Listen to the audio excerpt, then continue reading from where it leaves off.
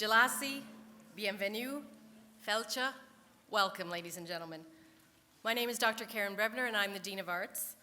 Thank you for joining us on this lovely historic day. It is my absolute pleasure to act as your MC for this ceremony.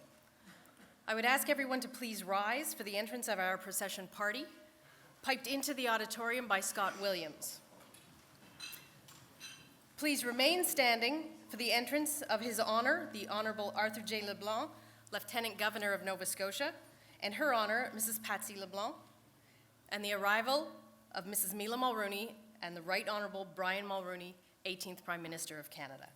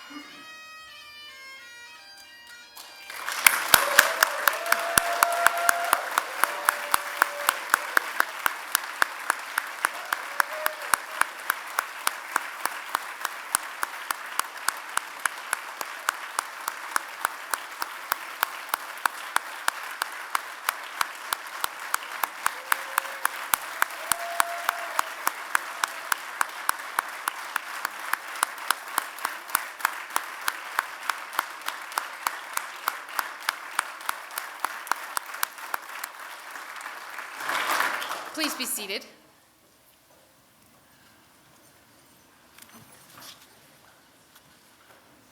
It is now my sincere pleasure to introduce a great friend of St. FX, Chief Paul Prosper of the Pagnaquec First Nation.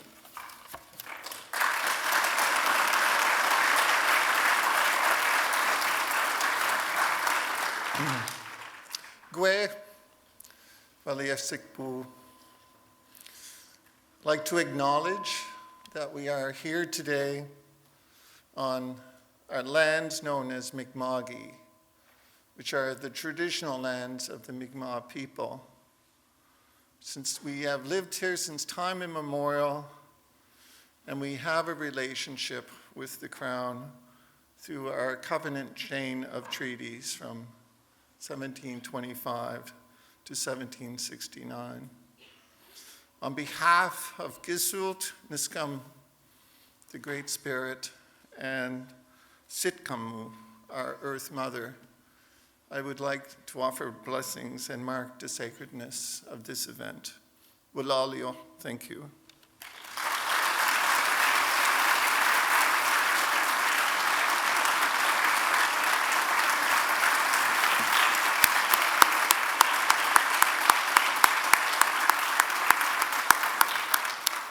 Now, ladies and gentlemen, please stand for the national anthem, sung by Janet Bessignol in English, French, Gaelic, and Mi'kmaq.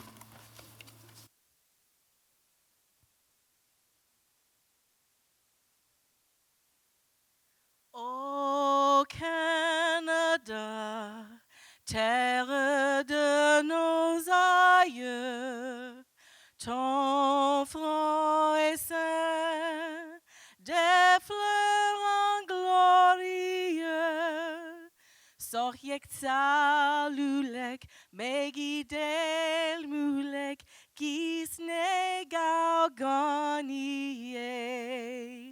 From far and wide, O Canada, we stand on guard for thee. O Canada, durach dachri, so nas leshies mayes ye darjir. O Canada, we stand on guard for thee.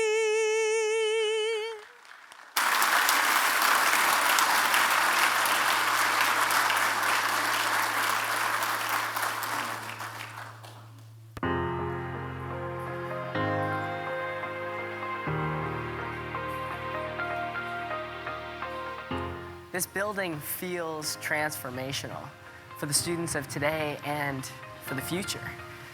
I think that when I've been talking to students around campus, they all feel a part of something bigger, something that's never been seen here at St. FX, and a building that inspires leadership and creativity, but also learning. When I first came into Mulroney for one of my night classes, I was awestruck because it was right as the sun was setting, the light was coming through the windows, it was like throwing shadows and light beams everywhere. It was beautiful. As soon as I went up the stairs, it was one of the most spectacular and awe-inspiring buildings I've been in. Just the modern architecture, the floating staircase, the crisp, clean walls, everything felt very welcoming in a sense. Everything that's been implemented in this building, the fold-down screens with the touch of a button, the double projectors to make it easier for students to see what they're learning, it all just adds to the experience of being in Mulroney Hall. I mean, it's fantastic.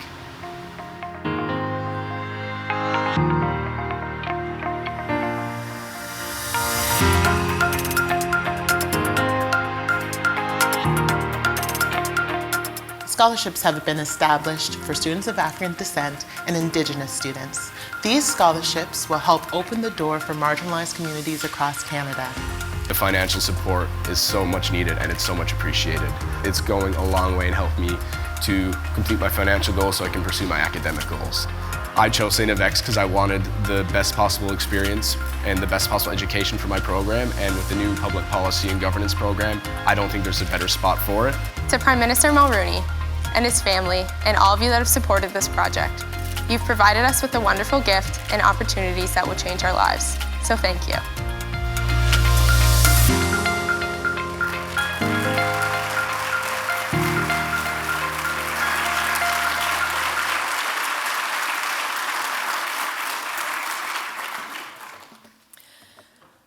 Mike Boyd is a member of the St. FX class of 1985.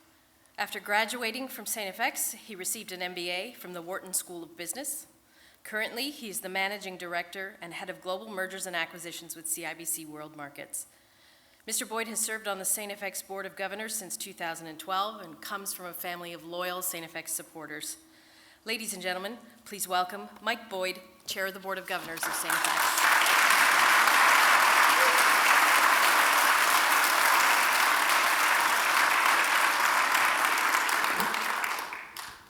Thank you, Dr. Brebner. It is truly my honor to bring thanks on behalf of the Board of Governors of St. FX on this very happy and historic occasion. As a student here at St. FX, I witnessed firsthand Mr. Mulroney's love for and dedication to this university when he visited the campus for his 25th homecoming, only weeks after being named Canada's 18th Prime Minister, having led the Progressive Conservative Party to the largest majority government in Canadian history. And then, as now, he demonstrated his focus on students, taking time to meet with the student union leaders of the time, a group which I was fortunate to be a part of. And I can say, for us, it certainly was inspiring to see that someone from a small school, someone from our school, could achieve such success on a national, even global scale, while never forgetting where he came from. I can also recall the excitement as a student here in the early 1980s when the Alumni Aquatic Center first opened, with funds that were raised in a campaign led by Brian Mulroney. And now, we are all very grateful that Mr. Mulroney saw fit to undertake another epic campaign on behalf of our alma mater.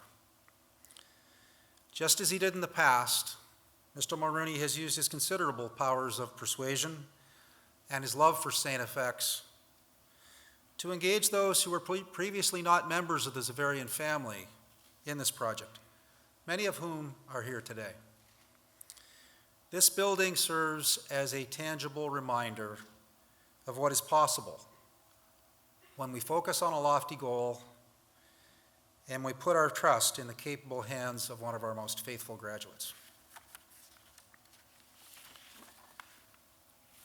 Mr. Mulroney, our immediate thanks can only be disproportionate to the magnitude of the work you've done for St. FX.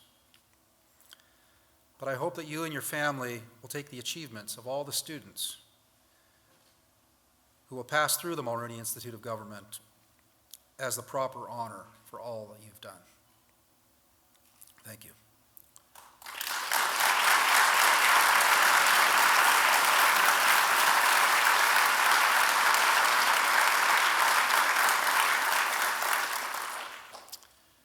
And now it is my great pleasure to introduce the Honorable Caroline Mulroney. The oldest child and only daughter of Mila and Brian Mulroney, she passed up a St. FX undergraduate education in favor of another reasonably good university, Harvard, and following a successful career in law and finance and a life of philanthropy, she entered public service in 2017. She is now the MPP for York Simcoe, Minister of Transportation, and Minister of Francophone Affairs for the Government of Ontario. Her father has claimed that he would not want to be a candidate running against her, which is high praise indeed. Ladies and gentlemen, please welcome the Honorable Caroline Mulroney.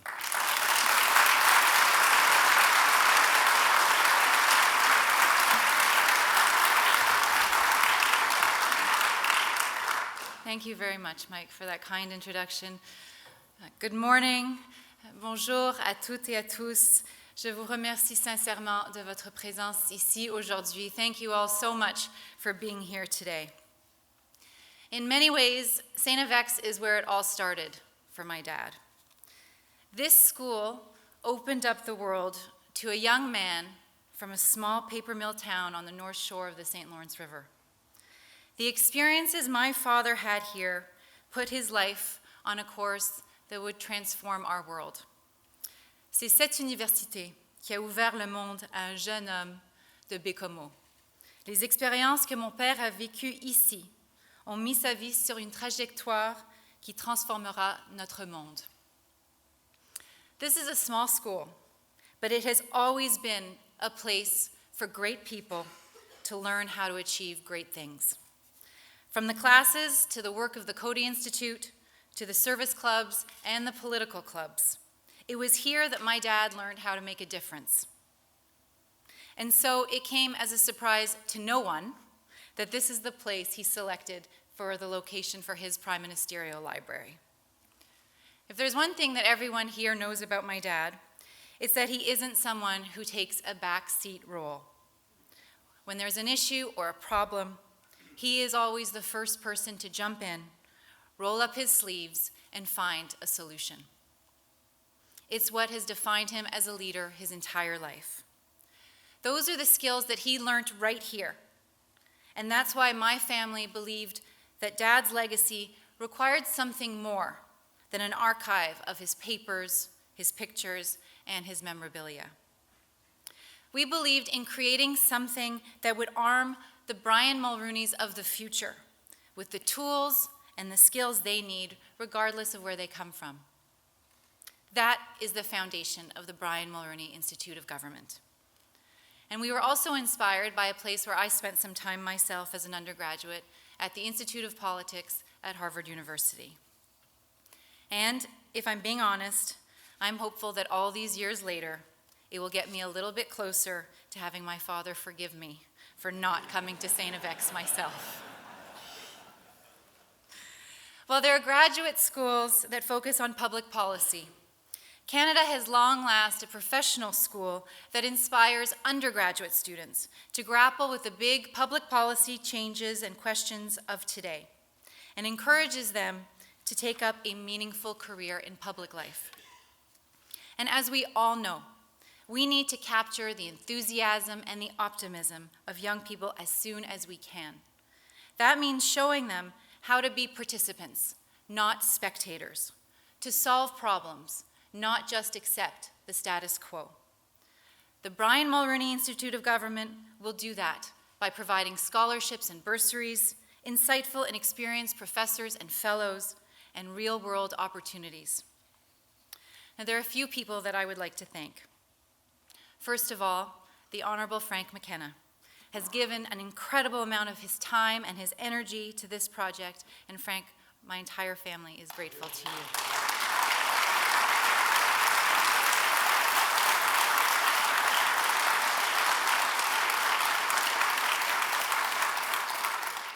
My mother, who has always understood the importance of the spaces in which we work, has, with the design team, ensured that this space is one that encourages public discourse.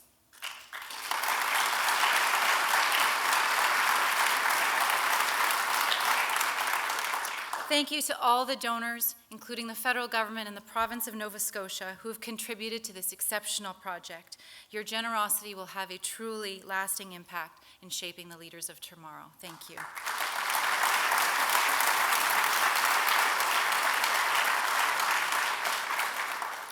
And on a personal note, this project has given me the opportunity to work with my father in a way I never expected. In working so closely with him, I got the chance to know him better and in a different way. I would like to thank him for giving me the opportunity to be part of this. I will treasure this forever.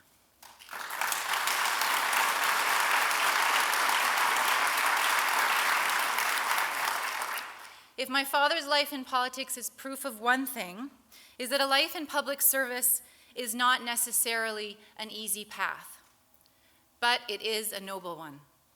And when you have the tools that you need, you can make a mark on the world that you may never have dreamed possible. President Kennedy once said about a life in public service, and I quote, "You will find the pressure greater than the pain. You may endure more public attacks than support, but you will have the unequal satisfaction of knowing that your character and talent are contributing to the direction and the success of this free society," unquote. That is our hope for the Mulroney Institute.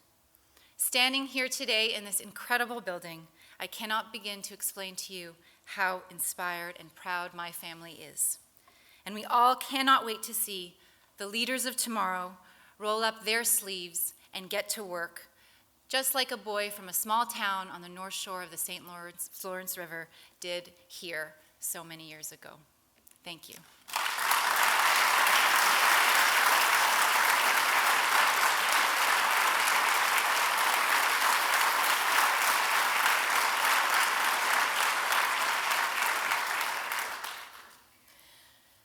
Stephen McNeil is the current and 28th Premier of Nova Scotia, an office he's held since 2013.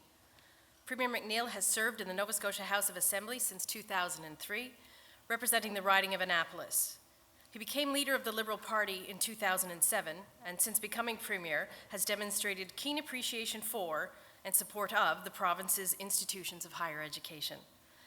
The province's financial commitment has helped make our Xaverian Commons project a reality, and St. FX is grateful for Premier McNeil's work on the behalf of our students, faculty, and staff. Ladies and gentlemen, please welcome Premier Stephen McNeil.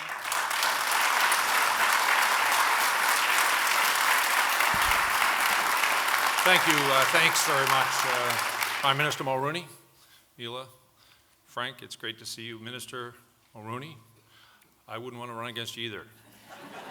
I might run for you, but I wouldn't run against you. And whoever organized this should never put me behind you when we're speaking. I want to recognize, I think with us, Sean Fraser is here, as well as I recognize when I came in, I saw Peter McKay, a good friend of mine, who is here. I want to thank both of them who were along this journey with the Mulroneys to ensure that we are standing in this magnificent building. I want to recognize Minister Labi Kasoulis, who's with us. Mr. Kasoulis is the Minister of Labor and Advanced Education. Thank you for the tremendous work you do with all of our sister organizations in the province. I am extremely proud of our universities, not only the one we're standing in, but all of them. They are great economic drivers, a great immigration tool, and have continued to make the fabric of this province better from one end to the other. So thank you for your work.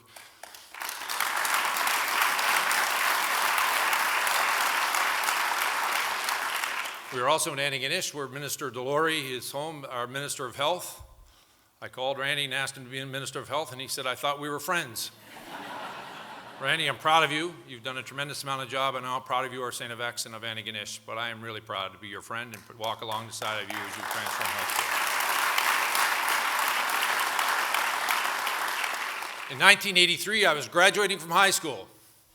This young kid from Central Canada came to Central Nova, decided to seek higher office to lead the Conservative Party. And I must tell you, now that both of my parents are looking down from heaven, I was inspired by Mr. Mulroney and his charm and his wit, his smile, but his optimism, not only for his party, but for this country. I had an opportunity shortly after becoming the Premier of our province to sit alongside Mr. Mulroney on a trip to South Africa. And it was a gift given to me, quite frankly. I was in the same with Prime Minister Mulroney, Prime Minister Chrétien, and a few others. Donnie Oliver's here. And I consider it one of the blessings of my journey of being the Premier of our province. Mr. Mulroney, he answered the number one question I had all through the 80s and 90s. How did he get Mila? But within 30 minutes, he charmed me. And when I got home, I said to my wife, I met Prime Minister Mulroney, and I think he might have charmed me. And she said, oh, I can't believe anybody charmed you. And the next thing I know, I get a CD of songs that he had put together so that his grandchildren would know his voice and the Irish songs that he sang. And at Christmas time, I came in from outdoors, and my wife is playing them. I said, see what I mean? But I was with me.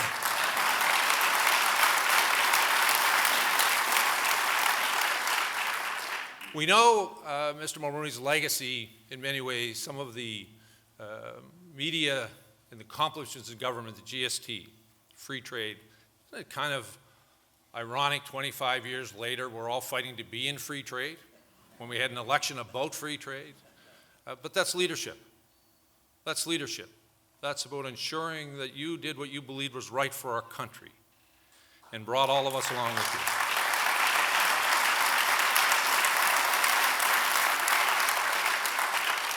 But I was with Mr. Mulroney on our way to South Africa to the Mandela funeral, and it was there where I saw a glimpse that not many people get to see, and I felt blessed. It was when many Canadians were reaching out to Mr. Mulroney and thanking him for what he did around apartheid and how he stood with Nelson Mandela when his two greatest allies were not with him. When the President of the United States and the President of the UK, Britain, were not there. It was our Prime Minister, it was Prime Minister Mulroney that made it loud and clear, you'll be on the wrong side of history. He demonstrated Canadian values. He demonstrated, I believe, the values that his parents would have instilled in him. And I'm going to tell you, I couldn't have been more proud to be a Canadian and to have called him my Prime Minister than I was on that special moment when we were in South Africa.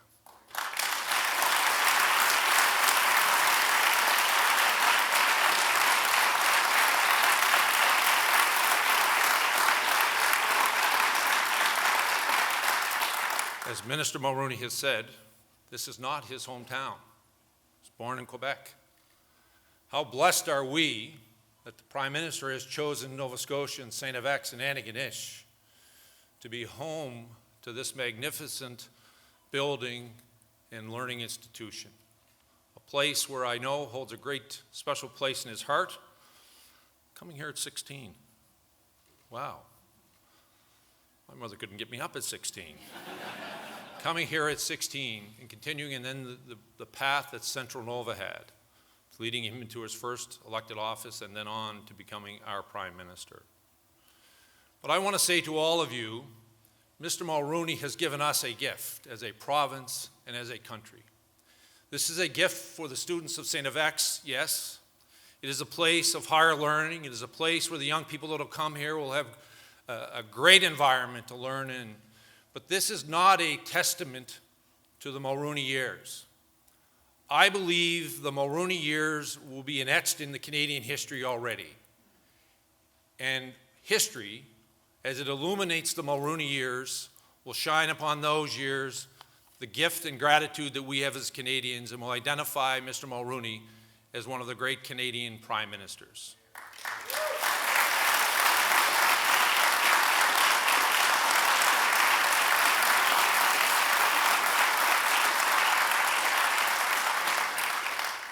But let me tell you, he has now given us an opportunity to build on that legacy, on that decade, Mr. Mulroney has built this building, but I prefer to think, and I think Caroline mentioned it, and this is a foundation. In many ways, this is a foundation for all of us to build on. St. FX, the entire province of Nova Scotia, and indeed the entire world. Mr. Mulroney's legacy is one not of being an isolationist, not one of a protectionist, one who believes that Canada can go out into the world and hold its own, and by the way, achieve great success. This will be a foundation for us to build on here at the Mulroney Institute, one where we welcome not only young, bright minds from around the world to come here to be educated, but one where we welcome scholars and academia and the business community to come here to debate the issues of today in the spirit of the Brian Mulroney approach. How do we collaborate? Where are our allies? How do we ensure in the Canadian confident way that yes, we can compete? We can be out there and we can change the public discourse to a way that reflects who we are and the values that we have as a Canadian society, in the way Brian Mulroney did in his opportunity when he was the Prime Minister of Canada. As the Premier of this province, I am grateful that Mr. Mulroney has chosen St. FX and Nova Scotia to host this magnificent building. I'm also up for the challenge of building on this foundation, and it will require all of you, those of you that have donated, to continue to support. Those of you that are teaching in this facility, to continue to make sure you open up young minds to a global view. And for those of us who are in the broader business community, to ensure that we make sure that Nova Scotia kids and Canadian institutions recognize we can compete on a global footprint. And it is Mr. Mulroney's legacy and this foundation that will allow Nova Scotia to be that beacon inside of the Federation of Canada. Thank you, sir.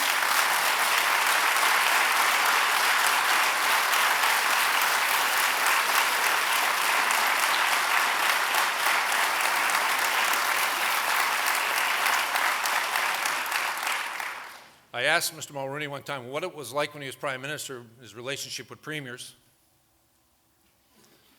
He said, I hated getting calls from those guys in Atlantic Canada. Actually, he said to me, when I get a call from Atlantic Canada and I get a call from a premier in the country, I take it. And he talked about his relationship to late Joe Giz and the man I'm about to introduce, Frank McKenna. Those of us in this region know Mr. McKenna not only by what he currently does, but by the legacy that he left in New Brunswick and how he transformed the economy of New Brunswick, but equally and more importantly, transformed the spirit of New Brunswickers when it came to looking beyond the boundary, the electoral boundaries of New Brunswick, and looking out inside of the Federation into Canada. Mr. McKenna has continued to be a strong voice, not just for New Brunswick, but for Atlantic Canada. He doesn't mind calling you when he thinks you're wrong, and he doesn't mind calling you when he thinks you're right. And I appreciate both calls, sir. But Mr. McKenna is a proud St. FXer. He's proud of the relationship that he has with this university, and I am proud to call him a friend, and I want to welcome him to the podium.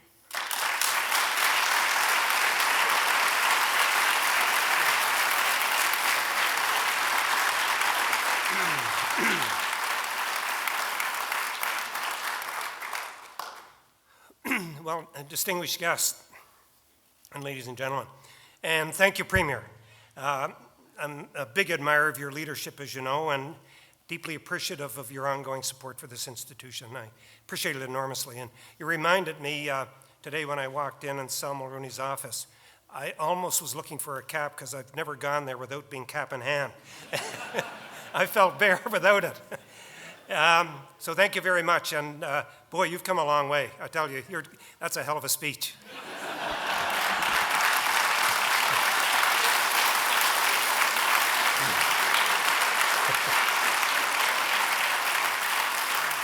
I also want to pause here to single out Carolyn Mulroney.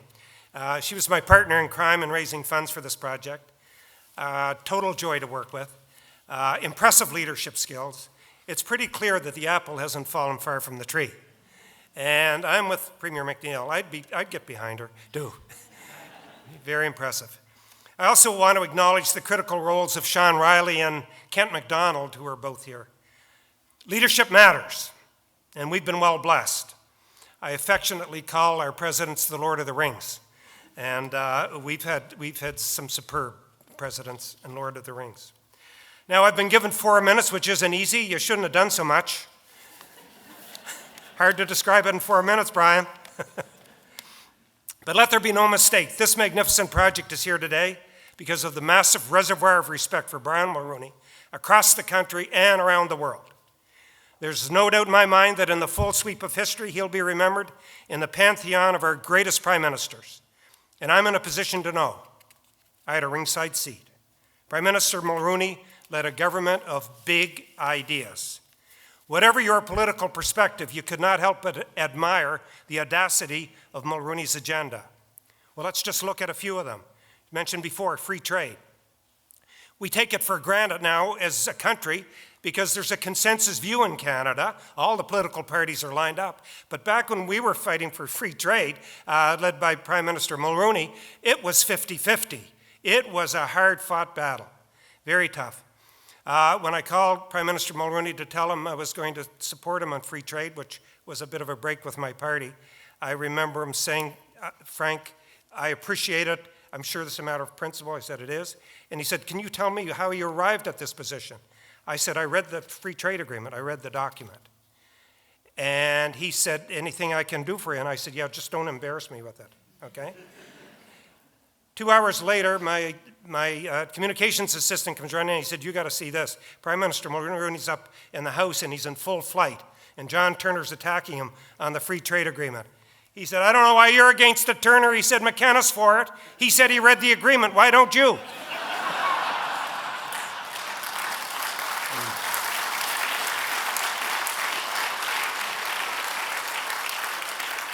So I said, thank you for not embarrassing me with that.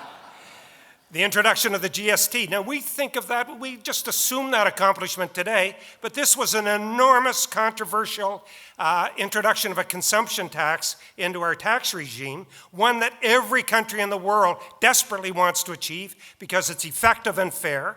The United States would love to have what we have today, but it was a near-run thing. Very controversial, but today it's responsible for the very healthy fiscal situation that our countries face. The Acid Rain Treaty, which helped to preserve the ozone layer, resulted in him being named Canada's greenest prime minister. The battle against apartheid, which you so correctly pointed out, a very, very high point in Canada's international diplomacy. Courageous effort to find constitutional reconciliation. Any of these challenges would be daunting. Mulroney tackled them all. Now, I've always been deeply moved by Theodore Roosevelt's tribute to the man in the arena, and it could have been written about Brian Mulroney. It's not the critic who counts, nor the man who points out how the strong man stumbles, or where the doer of deeds could have done them better. The credit belongs to the man who is actually in the arena, whose face is marred by dust and sweat and blood, who strives valiantly, who errs, but who does exactly strive to do the deeds, who spends himself in a worthy cause, who at the best knows in the end the triumph of high achievement, and who at the worst, if he fails, at least fails while daring greatly, so that his place shall never be with those cold and timid souls who know neither victory nor defeat. I think you'll all agree, Mulroney will never be known as one of those cold and timid souls who never knew victory nor defeat. If his agenda for Canada was audacious, his agenda for Atlantic Canada was breathtaking. For us, Brian Mulroney was our greatest prime minister, bar none, our greatest prime minister.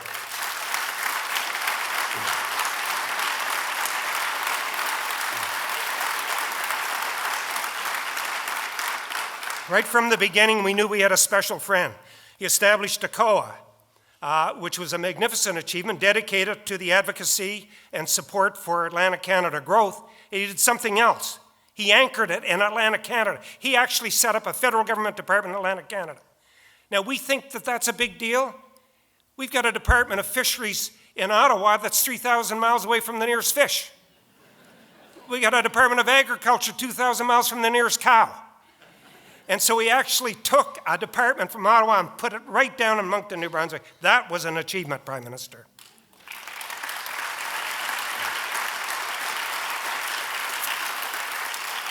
He funded the 4-lane highway system, saving more lives than we could ever count. He delivered frigates to the shipyard in St. John, New Brunswick, which is created as the base for the massive naval construction program, biggest procurement program in Canadian history taking place in Halifax today. And I still remember the day he called. Premier, I just wanted to let you know that we're doing the frigates in St. John. I mean, this is a big friggin' deal. We're talking about billions and billions, thousands of jobs, and just a nonchalant call, I just want to let you know we're doing the frigates in St. John, New Brunswick. And this was after a massive campaign to get him to split the frigates between Quebec and New Brunswick.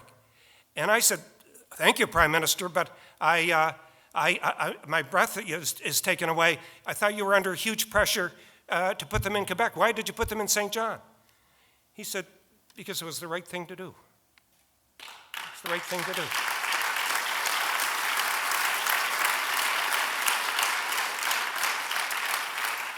And I thought that was pretty magnificent. He modernized pulp mills across the region, responsible for the construction of the Confederation Bridge. You think that's a big deal? Try building anything in this country today.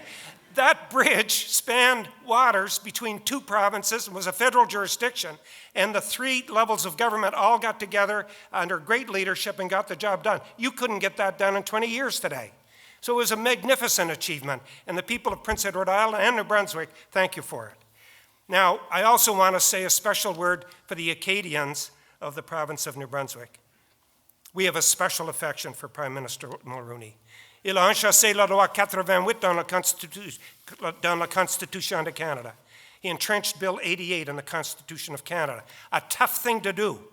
It entrenched the equality of French and English in New Brunswick, and it created the basis for what I think is one of the most harmonious relationships in the world, where both communities live in confidence and respect for each other. Thank you, Prime Minister. Merci beaucoup, Monsieur le Premier Ministre. We've not had a Prime Minister before or since with such a deep affection for a region and willing to put their money where their mouth is. And there's one final accomplishment that I want to emphasize. It's remarkable only because it shouldn't be remarkable. It's called civility. We live today in a world of polarization, ugly discourse, public policy being hijacked by small people with big megaphones, toxic brew of character assassination, accusations from the anonymity of social media platforms. Watching the evening news is enough to make you want to stock up on canned goods and head for a cabin in the woods. But that wasn't the way Brian Mulroney operated. We learned to roll up our sleeves and work together for the betterment of our country, our Canada. Those of us who were provincial premiers actually came to believe that the national interest trumped our provincial interest. We learned to disagree without being disagreeable. It was a golden moment in Canadian politics where intense debates were fought by partisan political leaders with respect and, I dare say, warmth. We were each other's best friends. It was an age of civility, and I feel we'll not see its equal. I want to end on a personal note. Brian Mulroney was born and raised in Baie-Comeau, Quebec. I was right off the farm from Appahock, New Brunswick. We came here on different highways, Prime Minister, but we both arrived at St. F.X. with the ass out of our pants. We had one constant. We both fell in love. We fell in love with an institution that embraced us, that nourished us, inspired us, and made us who we are today. And although we're from different political faiths, we've had a lifelong friendship. Any differences we might have had was less powerful than the ring we shared. Prime Minister Mulroney, this magnificent institute that we're in today could have been placed anywhere in this country. You chose to put it here. We're deeply grateful. We will never forget. Thank you.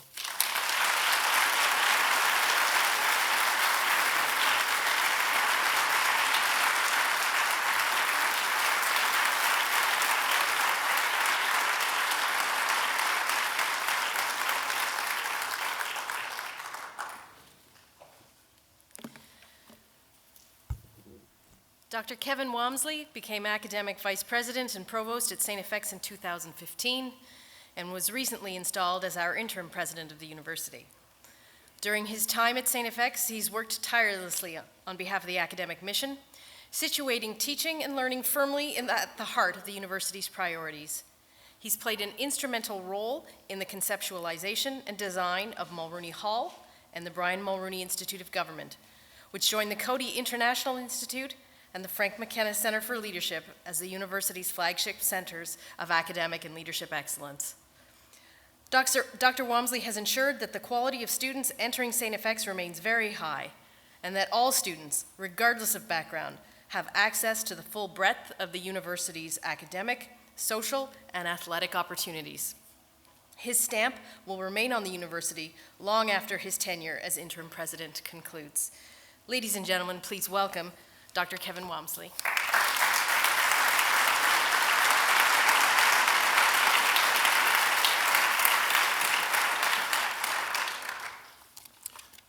Thank you to our Dean of Arts, Dr. Brebner. On behalf of St. Francis Xavier University, I extend a warm welcome to all of you, our distinguished and special guests, to the magnificent Mulroney Hall. And what a wonderful day it is for this esteemed university.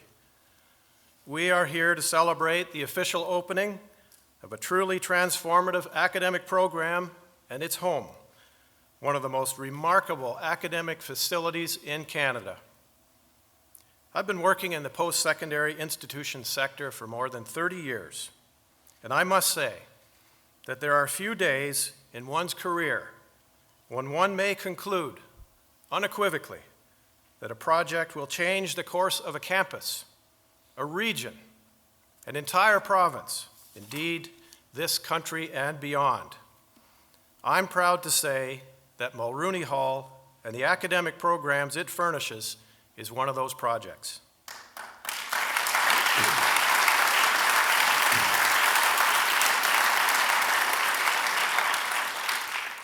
The academic contributions of the Brian Mulroney Institute of Government, empowered by this stunning facility, have already taken St. Francis Xavier University to a new level. Not only does it write a compelling narrative about teaching and learning, about spaces to collaborate and to work, this project is an investment in people. It's about independent research and scholarship, innovation, building the capacities of intellectuals grappling with the issues of our day. Many years ago, then St. FX President Sean Riley's vision was to transform St. FX into a national university, a sought-after destination for the very best faculty and students from coast to coast. President Kent MacDonald's vision was to expand on that, for St. FX to utilize its national status to transform and build the Nova Scotia economy so that students would come to understand the region's beauty and the potential of living and working in this part of the country. For your vision and your tireless efforts to make this institution what it is today, for your work on this incredible project, President Sean Riley and President Kent MacDonald, please stand and be recognized.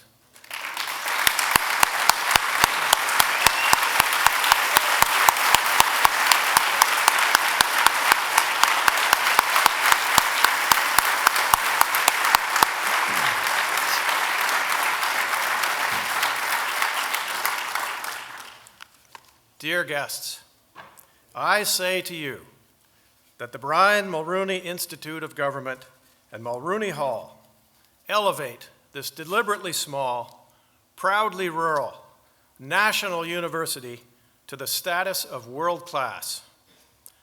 Born from an inspirational vision centered upon the bright young minds of this country, this project has been many years in the making.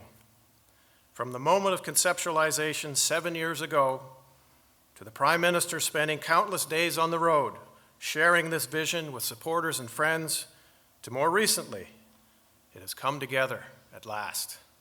So, we gathered our institutional experts for 18 months to meet with architects and engineers to consider, to plan, to design a building that would serve our students, our staff, our faculty, and our broader community like no other. We carefully designed classroom spaces like this one, the Barrack Auditorium, with the latest technology, with the very best in pedagogical practices in mind for students to thrive academically. In this facility, we have created accessible, informal learning spaces for students to meet, discuss, and debate. A teaching and learning center for our faculty members to study and practice student-centered methods of outstanding teaching. We designed the space where faculty members and students, supported by $25 million in scholarships and endowed research chairs, will gather at the leading research institute on policy and governance in this country, located at a primarily undergraduate university, the Brian Mulroney Institute of Government.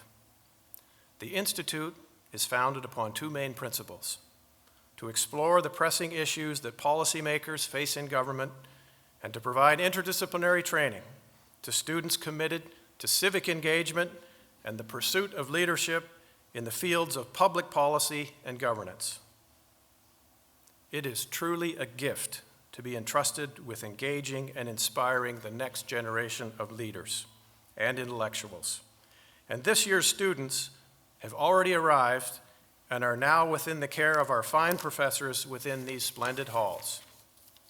Indeed, the academic landscape has been transformed at St. Francis Xavier University, a place already known for its outstanding undergraduate educational experiences.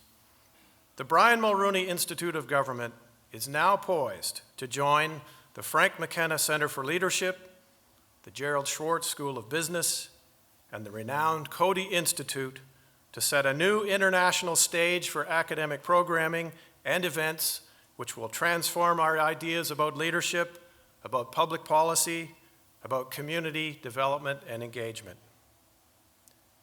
This is a moment of epic proportions for our institution. The next generation of leaders will follow in the footsteps of our Xaverian graduates, some of them here today.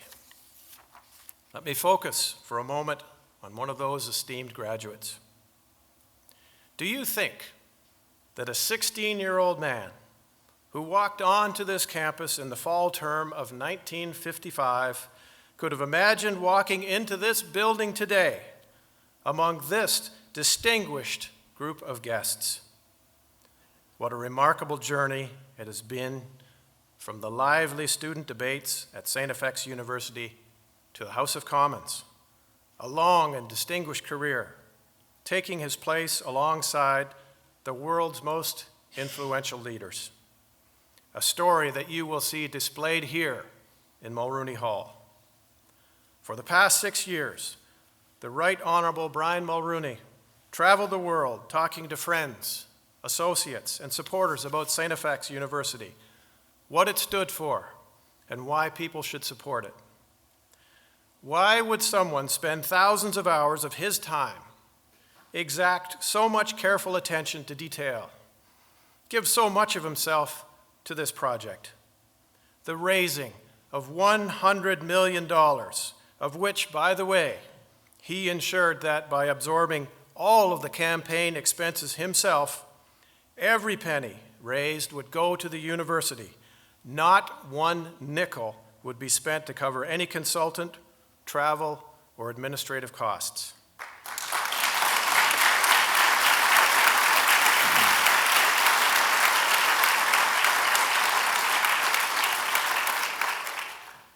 In the process, he established the most generous scholarships and bursaries offering in this country to ensure that the very best education remained accessible to those who may not have the financial means in the most magnificent academic building.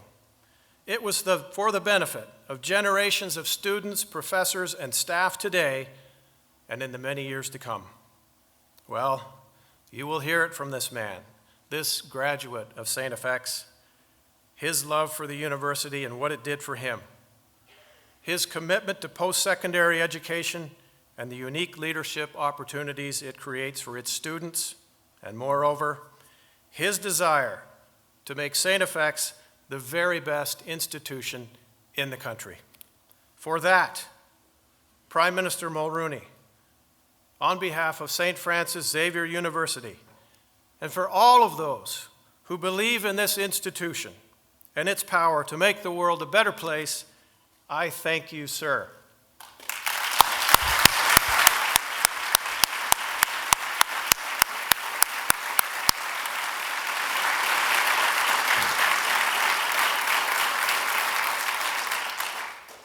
And now, honored guests, please turn your attention to the video presentation on the screen.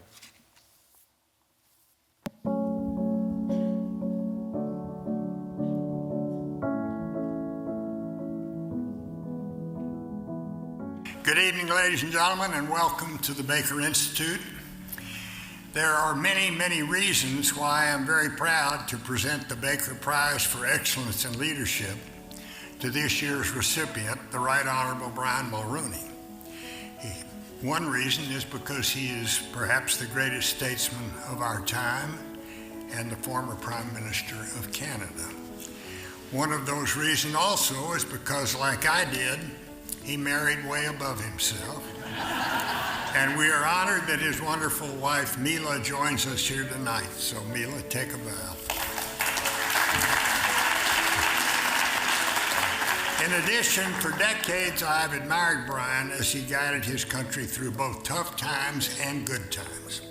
As Canada's Prime Minister, he had a record of taking mighty swings at difficult issues, including issues such as free trade, acid rain, deregulation, South Africa apartheid, and 2 attempts at constitutional reform. Taking mighty swings requires character, confidence, and ambition. That combination of character, confidence, and ambition was born on March 20th, 1939 in Baie-Comeau, Quebec. Baie-Comeau is out on the North Shore near the Gulf of St. Lawrence. The town was founded during the Depression by Robert McCormick of Chicago because he needed newsprint for his newspaper. The Mulroney family lived in this modest company home. Driven here by the Depression, Mr. Mulroney, an electrician, had one priority: to educate his 6 children. He did that, and the Mulroney family produced 2 nurses, 1 secretary, 2 school teachers, and maybe a prime minister. Never before in the history of Canada, or in the history of any other major democracy, had there been a swifter rise to power than that of Brian Mulroney's. Evening from the Ottawa Civic Centre, Brian Mulroney has won the leadership of the Progressive Conservative Party of Canada. Final ballot. Votes needed to win, 1,455. Joe Clark, 1,325.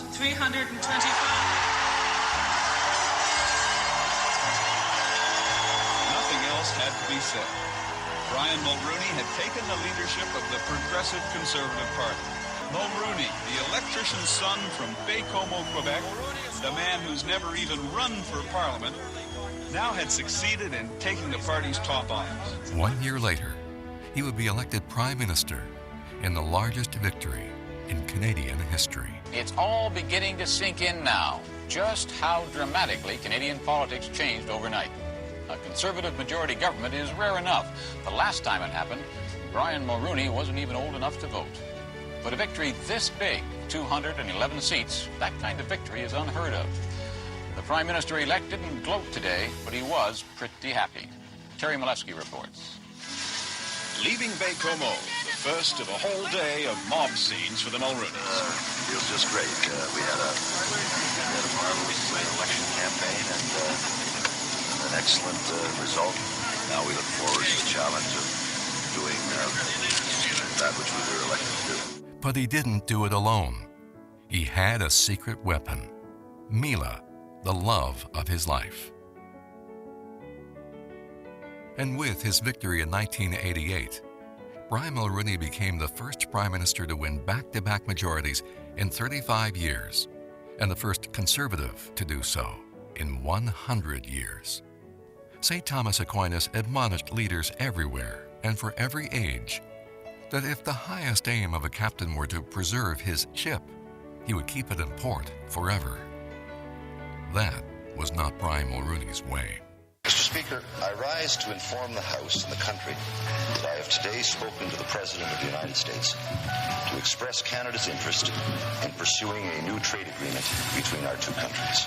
This is an historic day for Canada and for the United States. Liberal leader John Turner has asked his colleagues in the Senate to block the deal until an election is held.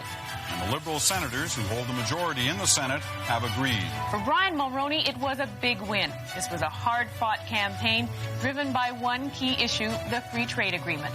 Some were calling this our most important election ever. We will now, with a mandate, proceed with free trade. We will proceed with the Meech Lake Accord. We will proceed to bring greater unity and harmony and prosperity to Canada.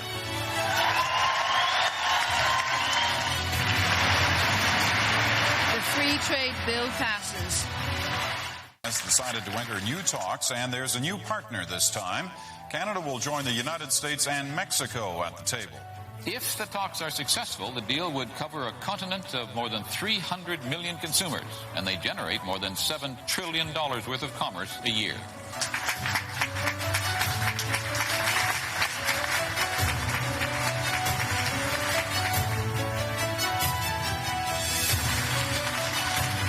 When Michael Wilson rose to speak in the House of Commons tonight, he had in his hands not just a package of tax changes, but perhaps even the fate of the Conservative government. I'm the first to acknowledge that implementing the goods and services tax will not be popular.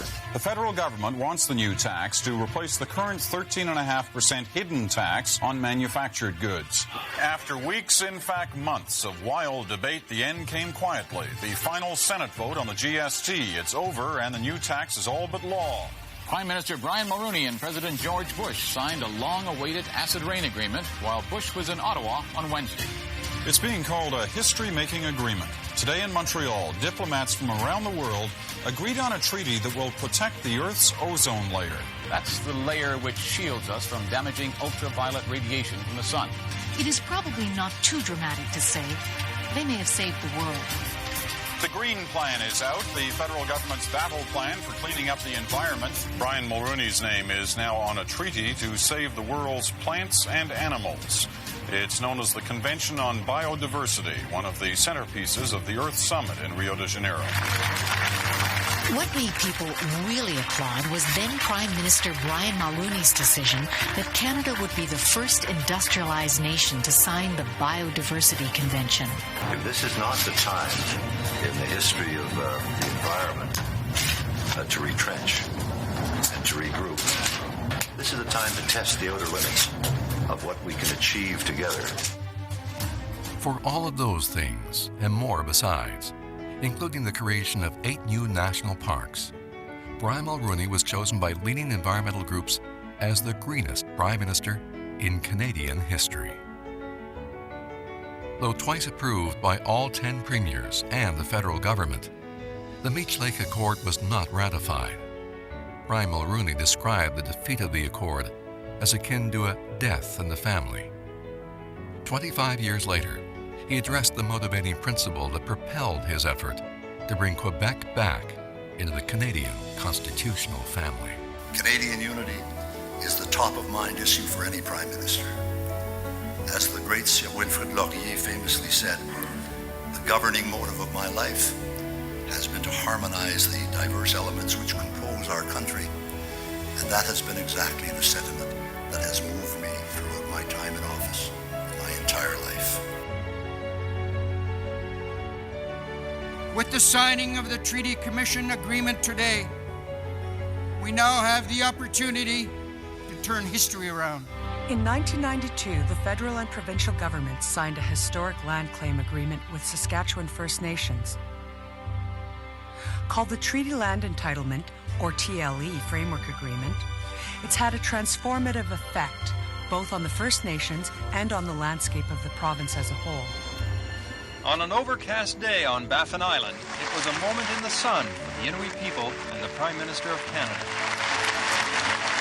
The ancient Inuit lamp, called the kulik, is the symbol of survival for the Inuit. And the Inuit say the land claim agreement and the creation of Nunavut will ensure the survival of their culture. We are forging a new partnership, a real partnership, not only between the Government of Canada and the future government of Nunavut, but but between Aboriginal and non-Aboriginal Canadians. Tripling immigration levels from those of his predecessor, Brian Mulroney's government also passed the Multiculturalism Act in 1988, making Canada the first country to enact a national multiculturalism law. 3 years earlier, inaugurating the Ismaili Centre in Burnaby, Brian Mulroney spoke to the importance of tolerance and the respect for diversity that would find expression in the law. Our embrace of civilized diversity is our strength and our protection from the savage winds of violence which afflict so many parts of the world. We derive our strength, our energy, and our freedom as Canadians from our diversity. And while you may remain separate from other Canadians in the specifics of your faith, you are joined intimately with us in your love of peace and your appreciation of what a jewel we have in this gentle, civilized, and mature country.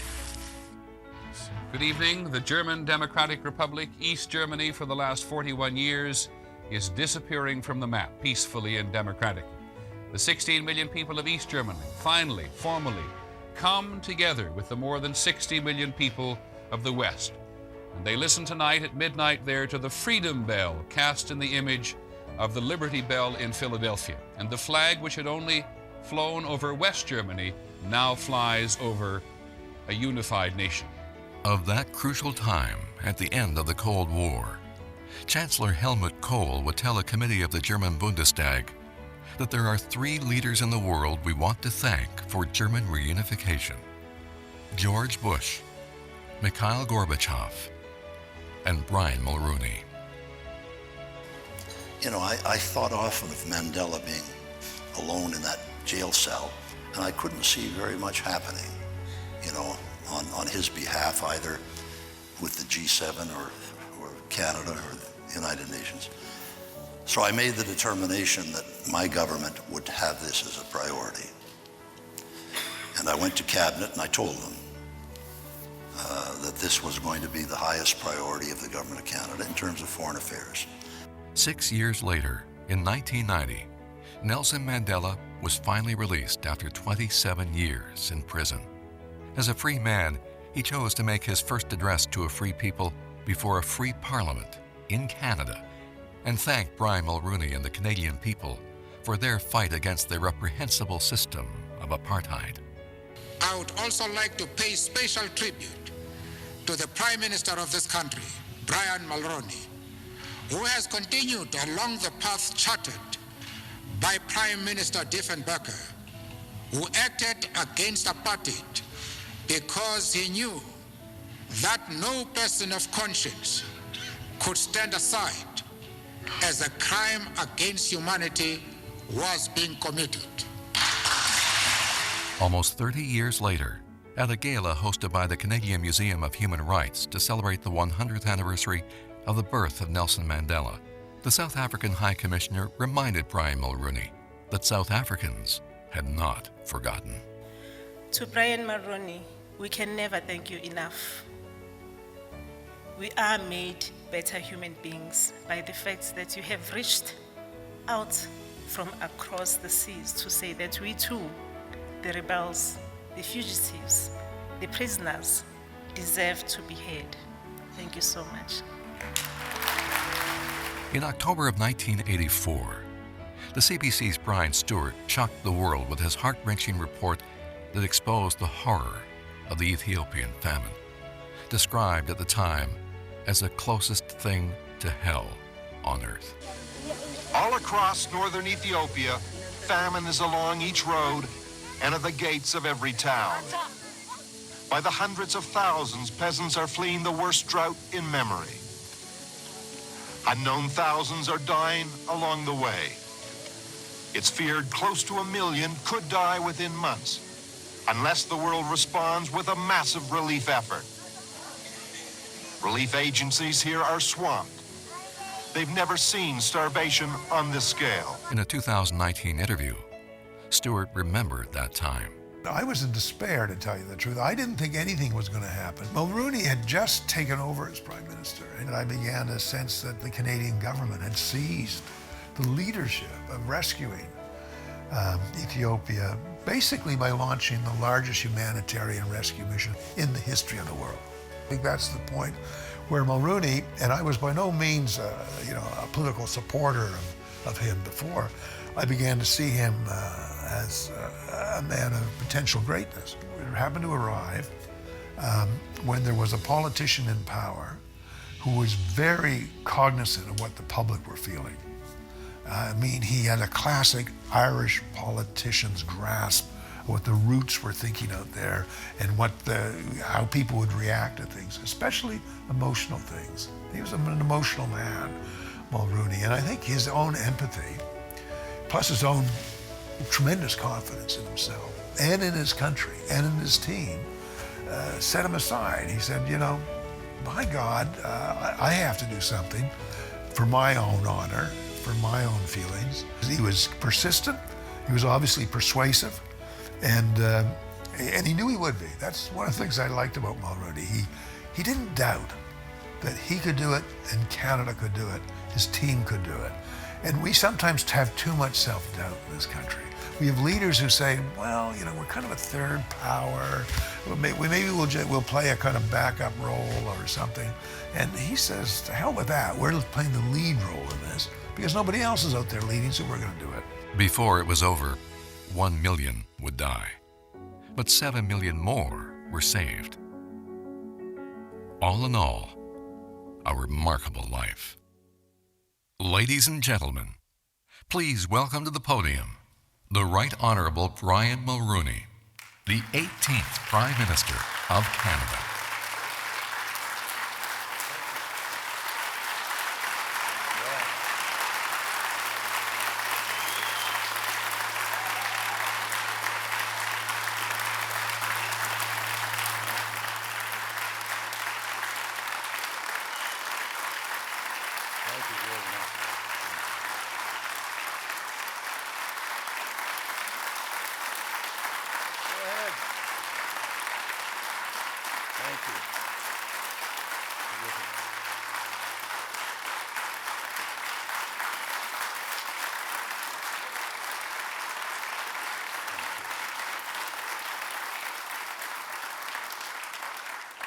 Thank you. You know, when I see and get a reception like this, you know, one thought crosses my mind. Do you think it's too late for a comeback?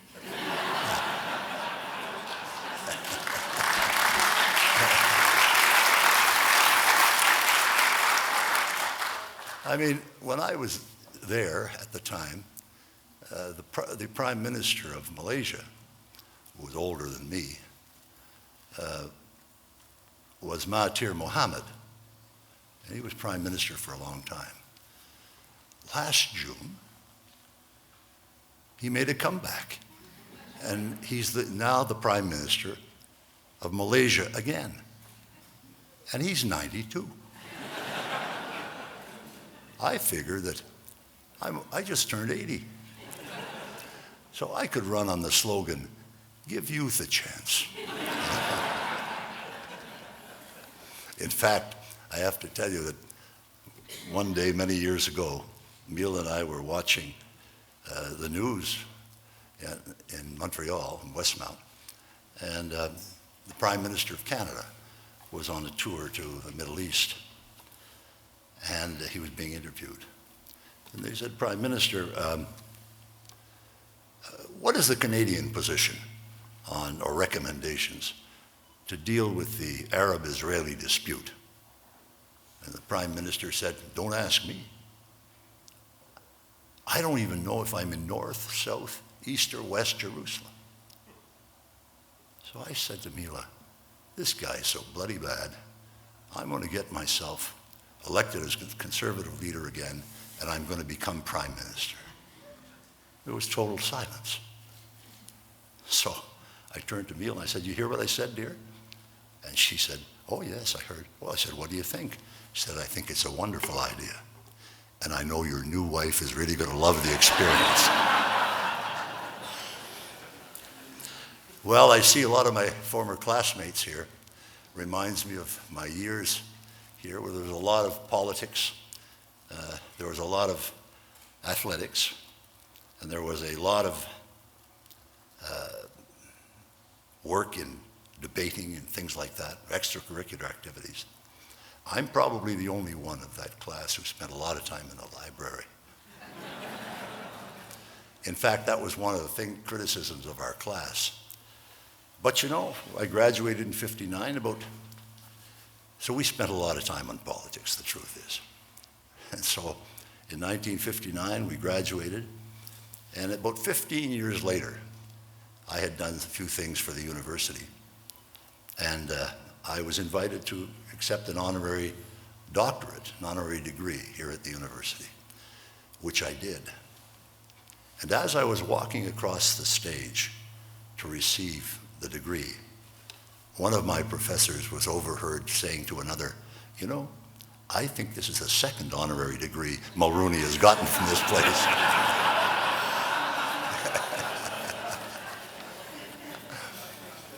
And I want to thank Premier McNeil for his very eloquent and thoughtful. You know, I would think I could say on behalf of everybody here that this guy could have quite a career in politics if he were just a little taller.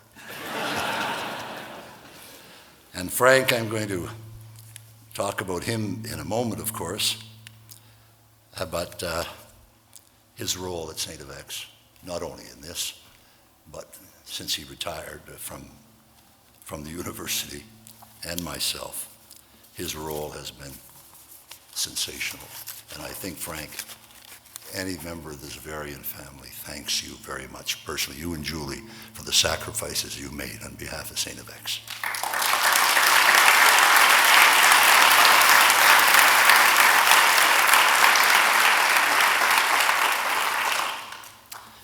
When Canada was born, St. FX was 14 years old, having been founded by poor farmers and fishermen and clergy in 1853. It is therefore a special moment in my life today to participate in a ceremony marking the opening not only of splendid new buildings at St. FX, a place I love, but more importantly, the beginning of grand and brand new opportunities for young Canadians and others from around the globe to learn, lead, and help build a better world for us all. A highly impressive and generous new scholarship and bursary program will help many young students acquire the education that our founders just dreamt of. I must, at the outset, express profound gratitude to our donors, and in many instances, for their kindness in making the long trip to be with us here today. There is no way that I can adequately thank you who have made this event possible. But perhaps one day, as the graduates of this new institute make a beneficial mark on our national and international institutions, you will look back with satisfaction and whisper to yourself, I was there to make it happen. And so my sincere thanks to you all. You are wonderful, generous, kind people, and St. FX is eternally grateful for you.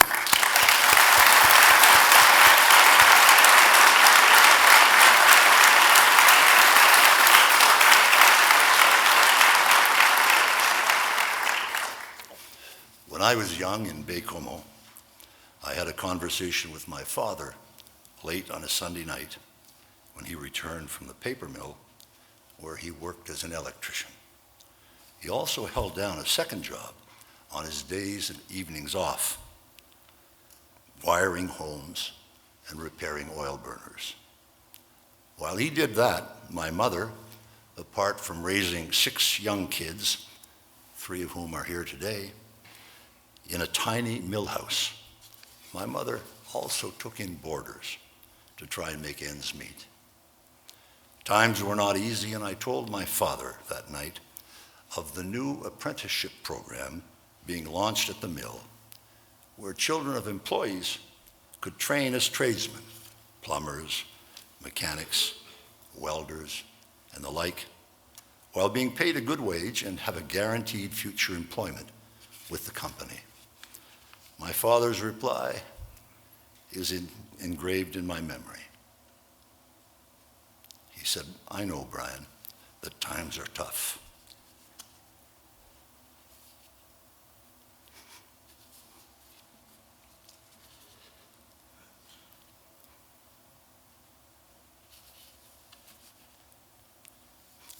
And we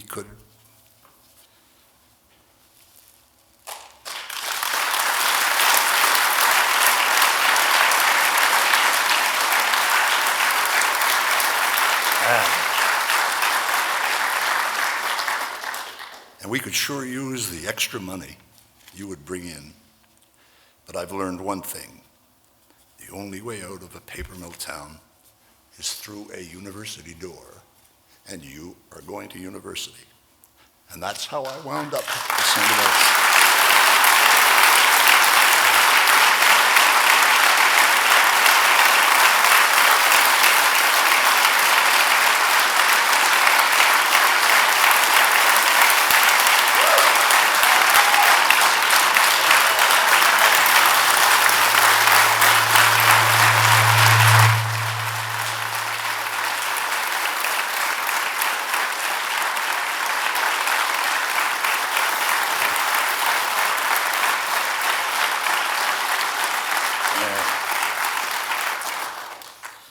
When I graduated here, our convocation speaker that day, the great editor Grattan O'Leary, reminded us that a good education is not principally to provide us with a standard of living, but it's principally to provide us with a standard of life.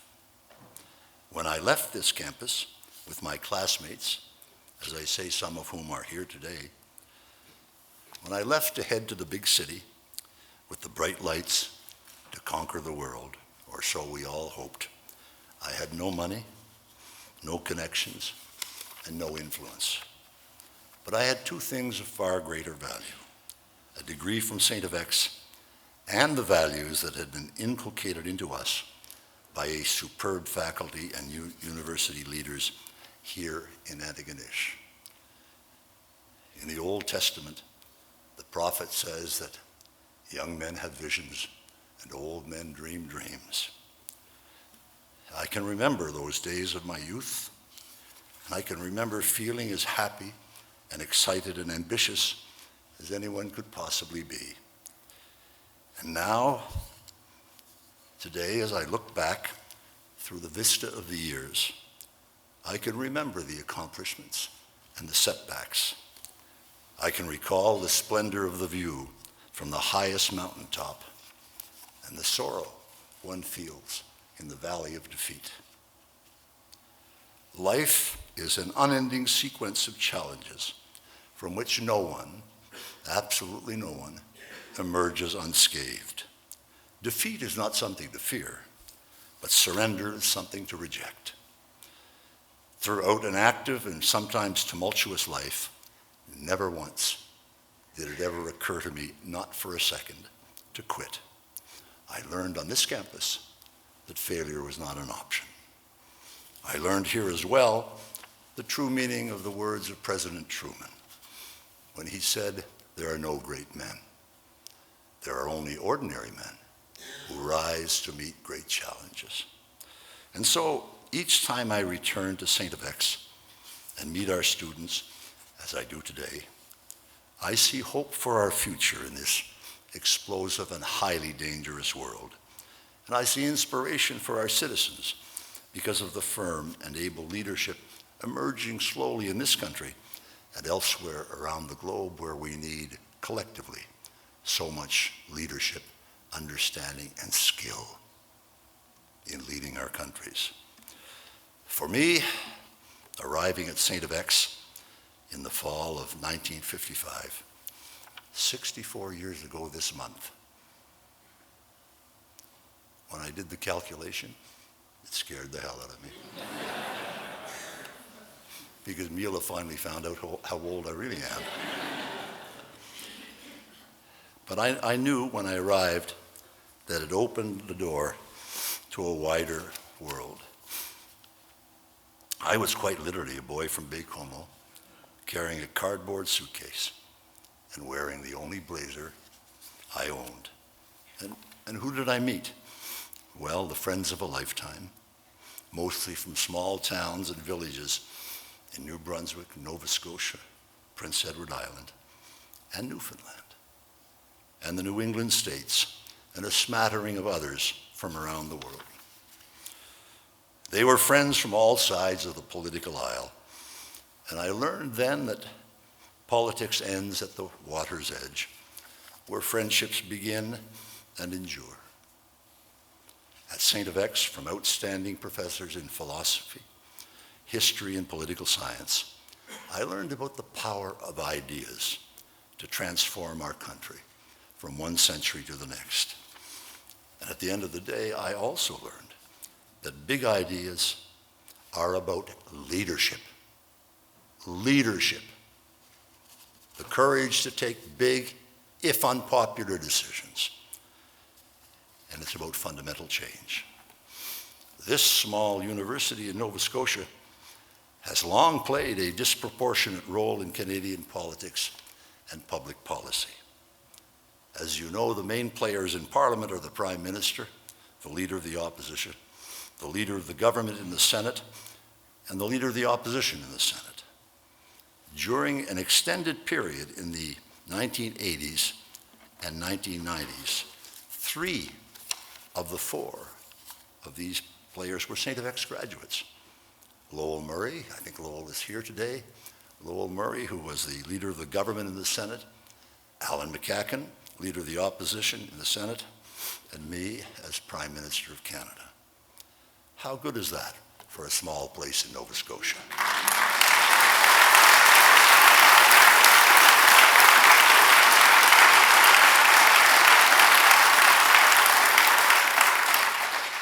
Not to mention, from St. FX, great premiers like Angus L. MacDonald and Frank McKenna. And I can tell you, I'm a student of history too, and I played a little role in some of it. I can tell you that I wasn't around to see Angus L. MacDonald, but I was around. I was, although some people suspect that I was. But I was there to watch Frank McKenna work. Undefeated, government after government. The Conservatives were just bewildered by the whole thing.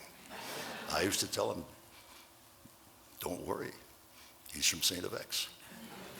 And he was, and I think that history will record that Frank McKenna will rank always, I don't care who does the study and I don't care when it's done, always among, at the very top of provincial premiers in the entire 152-year history of Canada.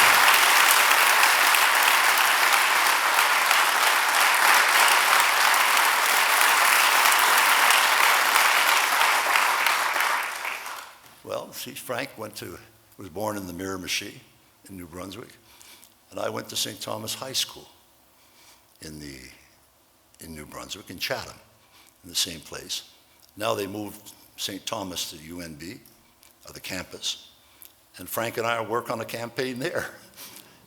And Frank said to me when we were working on this campaign, we had lunch at the Toronto Club, the two of us, and we're walking down Bay Street. And Frank said to me, you know, Brian, I think it's about time that you stop this campaign. I said, what are you talking about? He said, look, I don't know if you've noticed, we're walking along Bay Street, and all of our friends, when they see us, they cross to the other side. But he was with Caroline. Yeah. Well, we did it. So it's no accident that St. FX was named the best primarily undergraduate university in Canada for 5 years in a row in the annual McLean Survey of Canadian Universities. Dr. Sean Riley, our distinguished former president, and Dr. Kent MacDonald, his highly impressive successor, have provided brilliant, absolutely brilliant leadership in bringing St. FX to such a significant position among Canadian institutions of higher learning. And now Dr. Kevin Wamsley follows strongly in that remarkable tradition and I salute all of them here today and thank them for their service.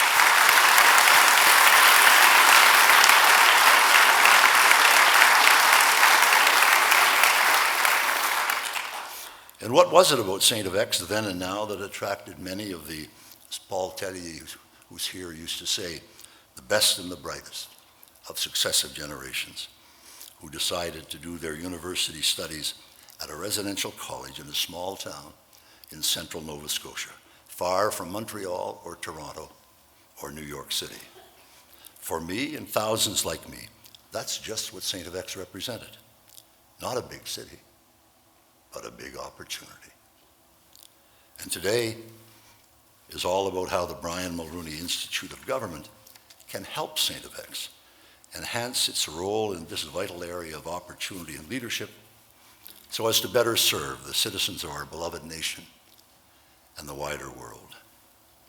In March 2012, Dr. Sean Riley, who's sitting right over there, and Tim Lang, his VP for Advancement, visited Mila and me at our residence in Palm Beach and asked me to lead a campaign that would raise $25 million for St. X. We began the campaign, Frank was involved as well, with some success, modest success, but we were getting going. And then, tremendously unfortunately, Sean suffered a serious illness, and Tim had an opportunity to move to Toronto in a challenging new job. So there we were with a campaign, but no leader, except if you consider McKenna and me leaders. Kent McDonald soon stepped in as president, and Murray Kite as advancement vice president, and the successful work that we were able to do, assisted strongly by McDonald and Kite, continued to the very end. And so for 6 years, I knocked on doors around the world for St. X, and we ultimately raised $100 million.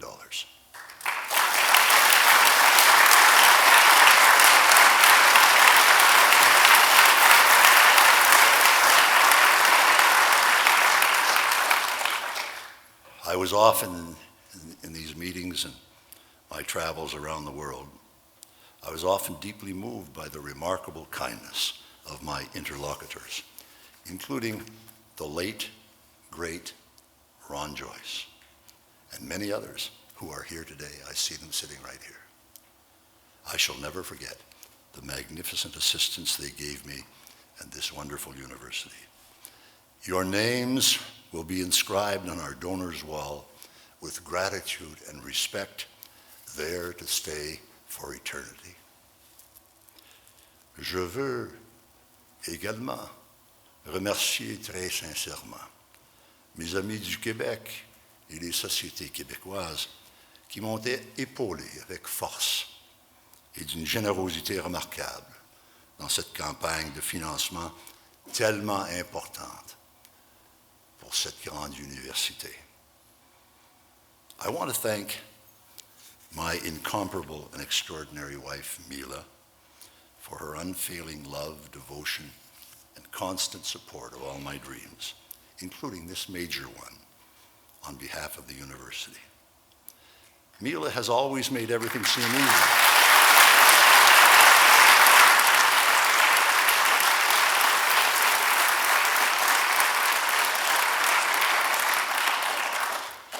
Mila has always made everything seem easy, even when it was not.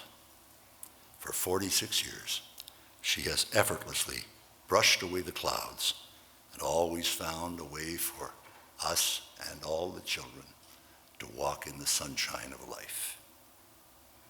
The assistance and wise counsel of Frank McKenna was indispensable to the success of this initiative. And my daughter Caroline and son Mark, and old friends like Sam Wakeham and Steve Hudson, also helped greatly by securing major contributions at crucial moments that re-energized the campaign. In a special way, I want to thank as well Premier Stephen McNeil of Nova Scotia, whom I met, as he described, on that long flight to South Africa for Nelson Mandela's funeral. Well, you know, I think it was 16 hours to get there and at least as much to get home. And we sat there together, solved most of the problems of the world, you know. And we had long, important, or not important, but interesting conversations about Nova Scotia and its development and the economic evolution of the province over the last 50 years. And when we discussed the Mulroney Institute, because I took out my tin cup, after a respectable time, he immediately understood its importance for Nova Scotia and indicated that he and his government would actively support our efforts.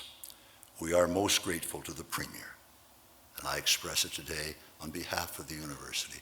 We are most grateful for your significant assistance.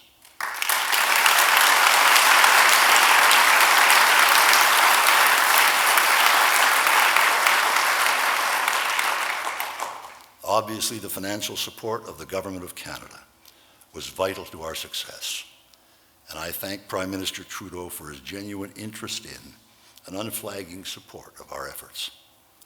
His then Principal Secretary, Mr. Gerald Butts, whose late aunt, Sister Peggy Butts, was a most distinguished graduate of this university, and he was also an important supporter of this initiative, and they have our deep gratitude.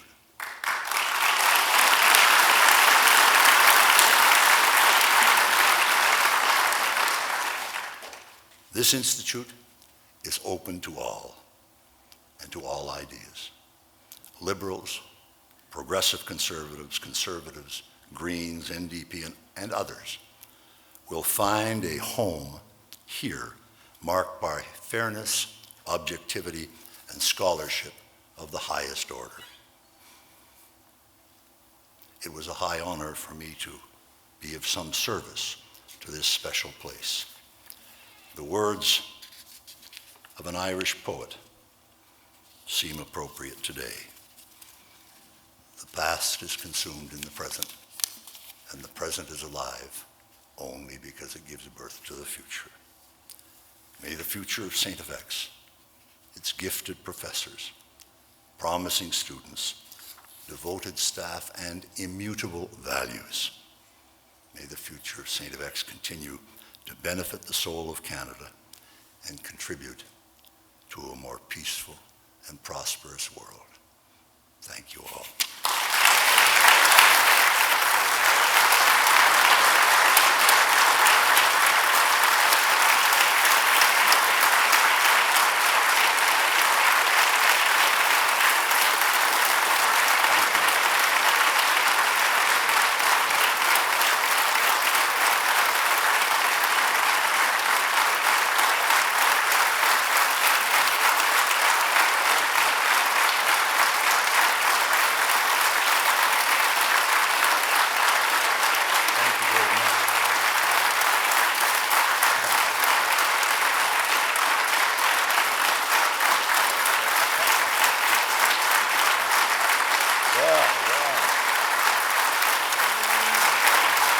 Thank you all very, very much.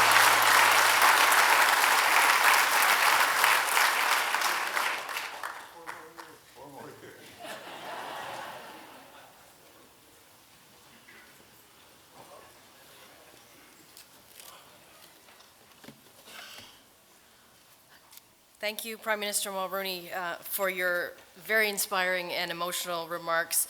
I do hope that particularly the students who are in the audience today will take that message away with you and use what you've heard today to start your own journey on changing the world.